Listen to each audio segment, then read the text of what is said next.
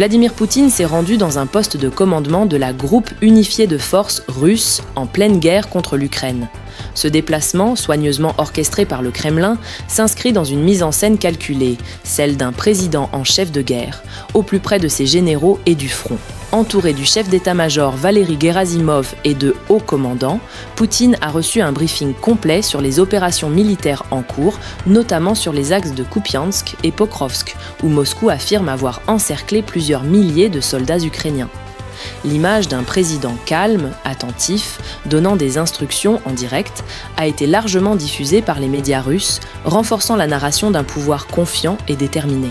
Selon le Kremlin, les forces russes progressent conformément au plan et consolident leur position stratégique. Ce message vise à convaincre la population que la guerre avance en faveur de la Russie, alors même que les pertes humaines et économiques continuent de peser lourdement.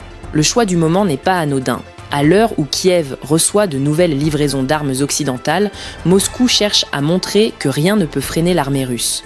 Pour Poutine, cette visite est bien plus qu'un simple déplacement militaire. C'est un acte politique fort, un signal adressé à l'intérieur comme à l'extérieur. La Russie reste unie, organisée et prête à poursuivre son offensive jusqu'à la victoire. Les images diffusées montrent une atmosphère contrôlée. Cartes d'état-major, officiers alignés, rapports précis sur les opérations, tout est mis en scène pour symboliser la maîtrise. Derrière cette démonstration, le message implicite est clair. Le président garde la main sur le déroulement de la guerre. Cette communication militaire a aussi une dimension psychologique. Il s'agit de galvaniser le moral des troupes et de la population, alors que la guerre entre dans une phase prolongée et coûteuse. Pour les observateurs internationaux, ce déplacement vise également à envoyer un avertissement à l'Occident. Alors que les discussions sur une possible négociation de paix restent bloquées, Poutine rappelle qu'il n'a aucune intention de reculer. Sa présence dans un poste de commandement, au cœur des décisions stratégiques, souligne qu'il entend mener la guerre jusqu'à obtenir des garanties sur les conditions de sécurité de la Russie.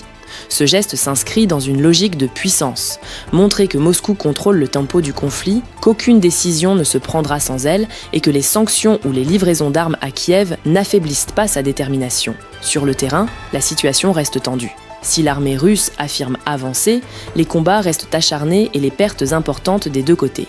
Le Kremlin tente de transformer chaque succès tactique en symbole politique, tandis que l'opposition interne reste muselée. Pour Poutine, incarner le commandement en chef n'est pas seulement une question d'autorité militaire, c'est aussi une manière de renforcer sa légitimité face à une opinion russe fatiguée par la guerre mais encore sensible au discours patriotique. Cette visite n'est donc pas un simple épisode de communication. C'est un message stratégique destiné à rappeler que la Russie reste en mouvement, sûre d'elle, et décidée à imposer ses règles du jeu. Et vous, qu'en pensez-vous ? Dites-le en commentaire et si tu veux suivre les actualités économiques et politiques en quelques minutes par jour, abonne-toi à notre page et active la cloche de notification.